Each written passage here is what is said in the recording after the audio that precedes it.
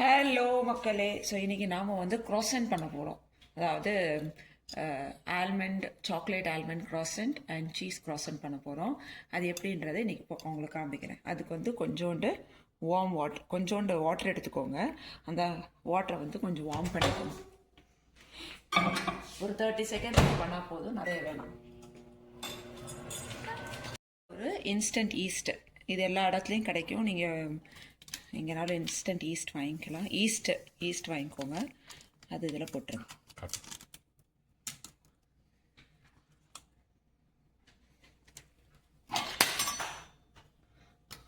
அப்புறம் 2 spoon sugar. பவுலில் ஒரு எக்கு,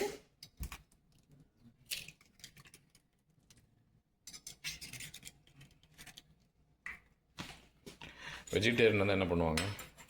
வெஜிடேரியனாக இருந்தாங்கன்னா யூ கேன் ஆட் கர்ட். எக்குக்கு பதிலாக நீங்கள் கர்ட் யூஸ் பண்ணலாம். கர்ட் அண்ட் வினிகர் ஆட் பண்ணிக்கலாம்.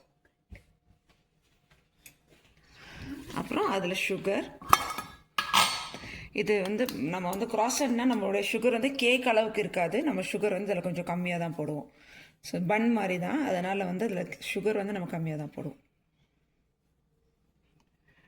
இது 4 ஸ்பூன் போடுறது கம்மியா?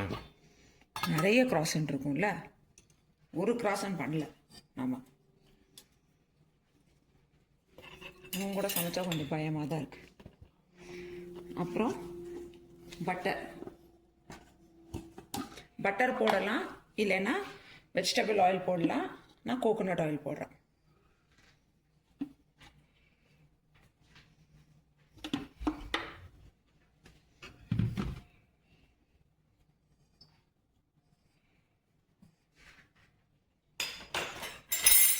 இது மூணையும் நல்லா பீட் பண்ணிக்கும்.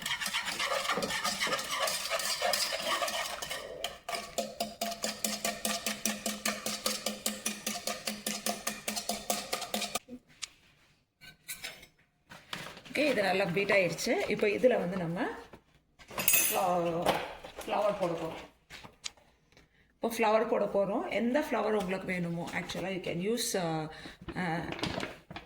மைதா யூஸ் பண்ணலாம். நீங்கள் வந்து வீட் ஃப்ளவர் யூஸ் பண்ணலாம். நான் வந்து இந்த பிரெட் ஃப்ளவர் வாங்கி வச்சுருக்கேன். ஸோ நான் அதான் யூஸ் பண்ணுறேன். ஃப்ளவர்னா பூ தானே? ஆமாம், மல்லிகைப்பூ. அது வந்து ஃப்ளவர் அப்படின்வாங்க. இல்லை, இங்கே ஃப்ளவர். இங்கே ஃப்ளவர் அப்படிங்கிறாங்க. ஃப்ளவர் ப்ரொனன்சியேஷன் மாறுது. ஆமாம், it's a flower. It's a flower. Flower கிடையாது, ஃப்ளவர். It's a homophone. அதாவது ஒரே சவுண்ட். நீங்கள் சொன்னால் ஃப்ளவர் அப்படி சொல்லுங்கள். ஆமாம், ஃப்ளவர். ஓகேவா? அப்புறம் இதில் கொஞ்சம் சால்ட்டு. பிரெட் ஃப்ளோர் தனியாக வைக்கிறாங்க, பார்த்துக்கோங்க.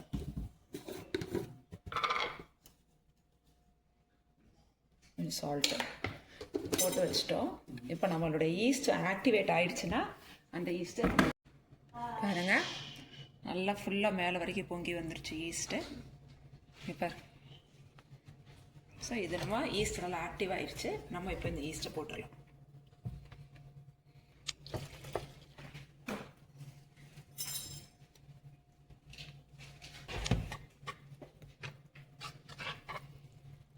இது நல்லா ஒரு அந்த பரோட்டா மாவு பதத்துக்கு பண்ணிக்கோங்க.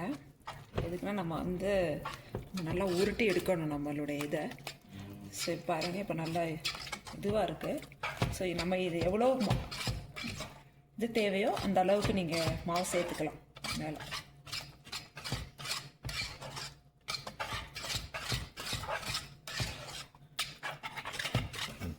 இதில் இன்னும் நான் கொஞ்சம் மாவு ஆட் பண்ணுறேன்.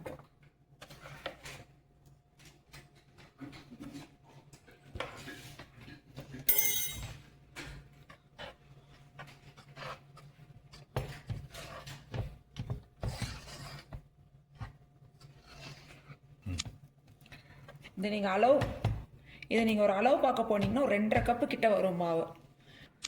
இன்னும் நமக்கு வந்து கொஞ்சம் தண்ணி அதிகமாக தான் இருக்குது. ஸோ இன்னும் கொஞ்சம் மாவு கூட நம்ம போட்டுக்கிறோம்.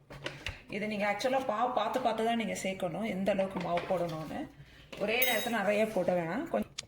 ஸோ இப்போ வந்து நம்ம வந்து கையில் பண்ண போகிறோம். பிகாஸ் இதுக்கு மேலே வந்து நம்மளுடைய பீட்டர் யூஸ் பண்ண முடியாது. இதை நம்ம இப்போ கையிலே பண்ணிக்கலாம்.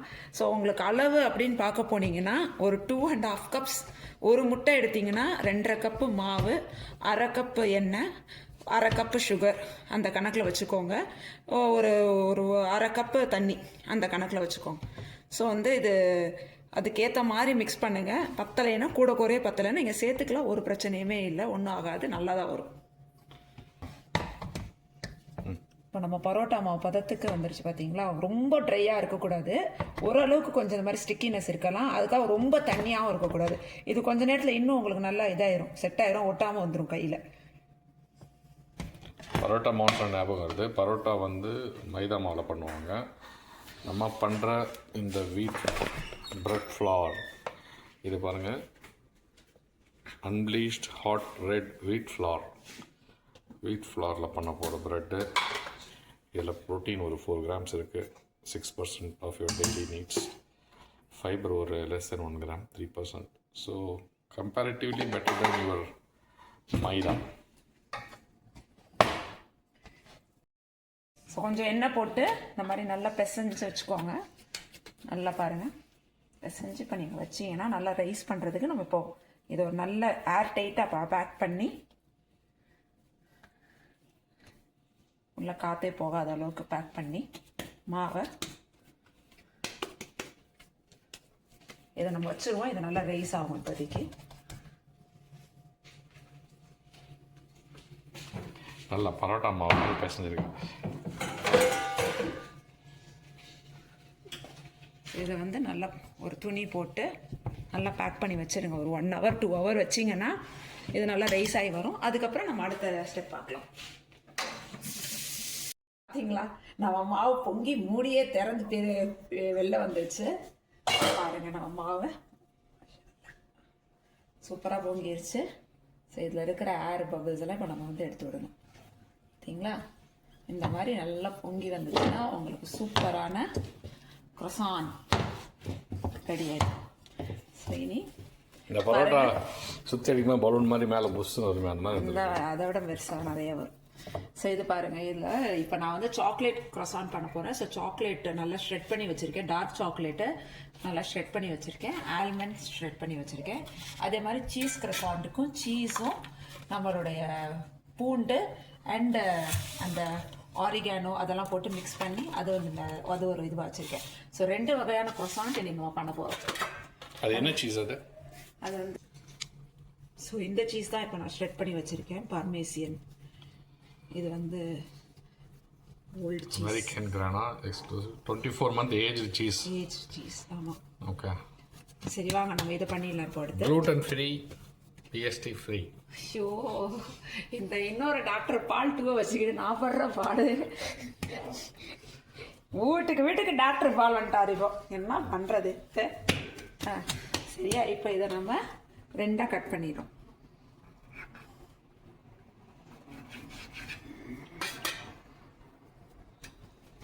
அப்புறம் இதை ஒரு 2ஆக கட் பண்ணுறோம்.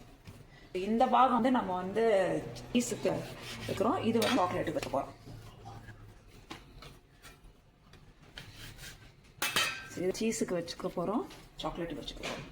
ஸோ சாக்லேட்டை ஃபஸ்ட்டு நம்ம பண்ணிடலாம்.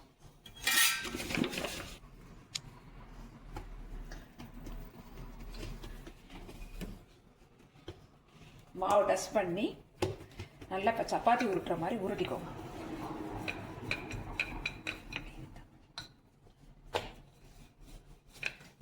இது மேலே நல்லா மெல்டட் பட்டரை தடவிக்கோங்க.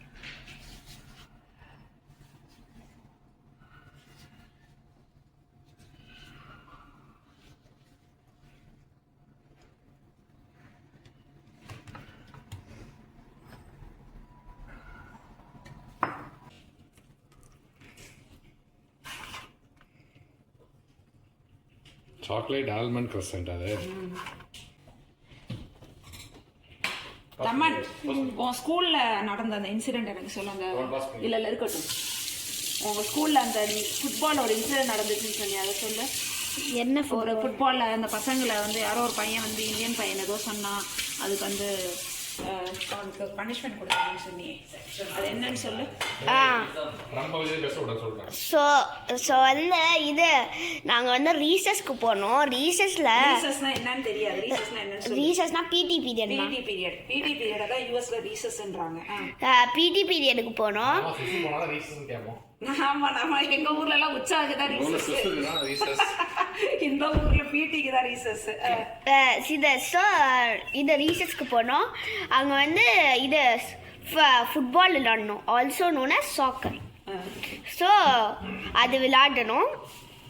இந்தியாவில் ஃபுட்பால்னு சொல்லுவாங்க. சரி லென்த்தா பேசாத, எல்லாம் ஓடி போயிடுவாங்க. சரி, ஆனால் அதில் ஒரு பையன் வந்து அதனால ஒரு பையன் வந்து இந்தியன் பையன் வந்து இது ஓடி ஓடி விளையாடினான். தெரியாமல் ஒரு ஆப்பிரிக்கன் பையன் விளையாடிட்டு இருந்தான். அவனை தெரியாமல் விளையாடும் போது தெரியாமல் தள்ளி விட்டுட்டான். சரி, தெரியாமல் இடிச்சிட்டான். அதுக்காக வந்து அந்த ஆப்பிரிக்கன் வந்து அவனை கிரஸ்டி அமெரிக்கன் ஆப்பிரிக்கன் வந்து கிரஸ்டி மஸ்டி இந்தியன் அப்படின்னு கூப்பிட்டுட்டான்.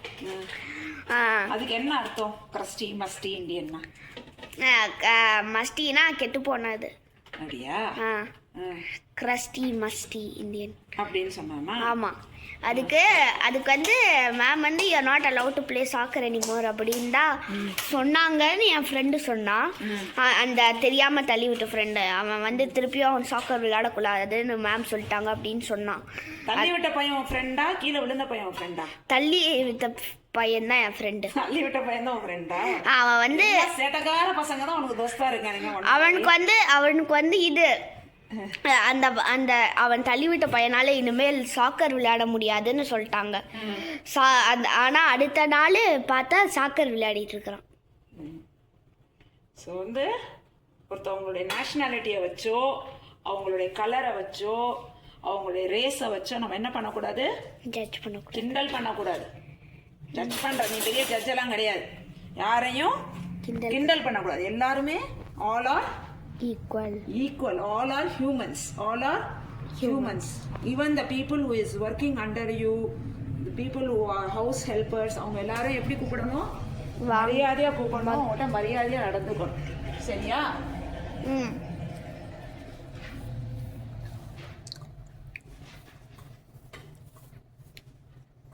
ஆமா, கீழே கிடக்கிற எல்லா சாக்லேட்டையும் முகம் தின்றுவாங்க. இவன் நிப்பாட்டி வச்சுட்டு பொண்ணு என்ன தென்னா, இந்த கேமராமேன் சரியில்லை.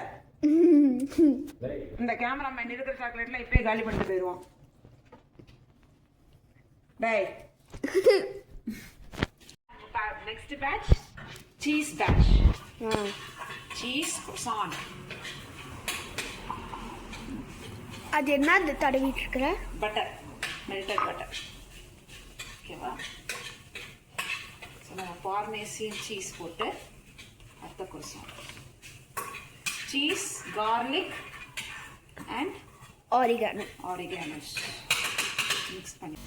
இது என்ன croissant? Cheese croissant. Okay. So this is cheese croissant. சீஸ்லாம் உள்ள வெளியே நீட்டிட்டு இருக்கு. இது வந்து chocolate croissant. So bun are ready to go inside the oven.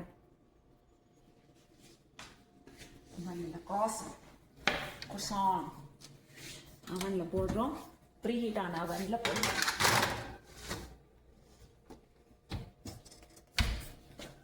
Cook time 25 minutes.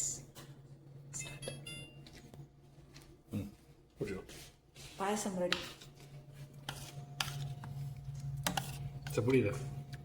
பாசிப்பருப்பு ஜவ்வரிசி பாயசம். இது அடுத்த வீடியோவில் உங்களுக்கு நான் போட்டு காமிக்கிறேன். ஸோ இன்னைக்கு croissant பாருங்க. அடுத்த ஒரு நாள் பாசிப்பருப்பு ஜவ்வரிசி பாயசம்.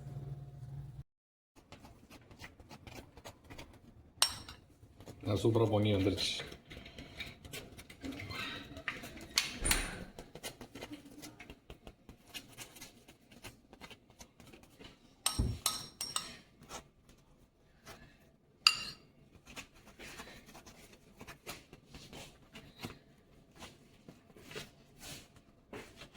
ஒரு வாய் வெயிட்டிங்கில் நிற்கும். ஓகேவா?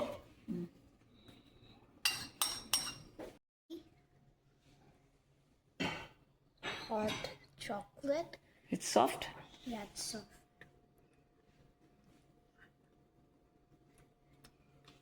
So good. ரெண்டு cross side. He took two. Then I see that. No, only one. Good.